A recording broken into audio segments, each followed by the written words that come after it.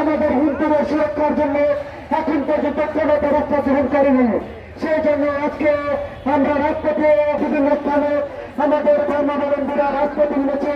তারা 8 দফা দাবি উত্থাপন করেছে সরকারকে বাধ্য করার জন্য, যাতে সনাতন ধর্মাবলম্বীরা তাদের ন্যায্য অধিকার আদায় করতে পারে, যাতে তারা সমাজে সুন্দরভাবে বেঁচে থাকতে পারে, যাতে তাদের উপরে কোনো নির্যাতন না হয়। সেই জন্য 8 দফা দাবি পেশ করেছে। সেই শাহবাগে আমাদের সেই সনাতন যোদ্ধা, সেই নেতৃত্বস্থানীয় নেতারা তারা যে 8 দফা দাবি পেশ করেছে তাদের সাথে ঐক্য রেখে আমরা সেই 8 দফা দাবি আপনাদের সামনে উপস্থাপন করেছি। যাই আমার আগে যে দুজন 5টি দাবি উপস্থাপন করেছে, তারপরে বাকিতে 3টি দাবি রয়েছে। সেই 3টে দাবি আমি আপনাদের সামনে উপস্থাপন করছি। প্রতিটি শিক্ষা প্রতিষ্ঠানে সংখ্যালঘুদের জন্য উপাসনালয় নির্মাণ এবং প্রতিটি হোস্টেলে প্রার্থনা কক্ষ বরাদ্দ রাখতে হবে। শিক্ষাবোর্ড আধুনিকের অভিযান করতে হবে। শারদীয় দুর্গা পূজার 5 দিন ছুটি ধার্য করতে হবে। আমরা সমগ্র বাংলাদেশের সনাতনী যোদ্ধারা সরকারের নিকটে 8 দফা দাবি পেশ করেছি।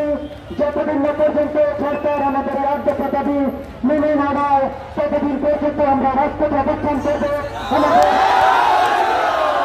আমাদের এই কর্মসূচি আমরা নিয়মিত চালিয়ে যাব। আপনারা নিয়মিত আমাদের কাছে আসবেন, আমরা সে প্রত্যাশা করি। আপনারা কে কিনে উপস্থিত হয়ে পরিচয় দিয়েছেন কোটালীপাড়াবাসী কতটা ঐক্যবদ্ধ। যখন নিজের ধর্মের কথা আসে তখন কোটালীপাড়াবাসীরা কখনো পিছুপা হয় না।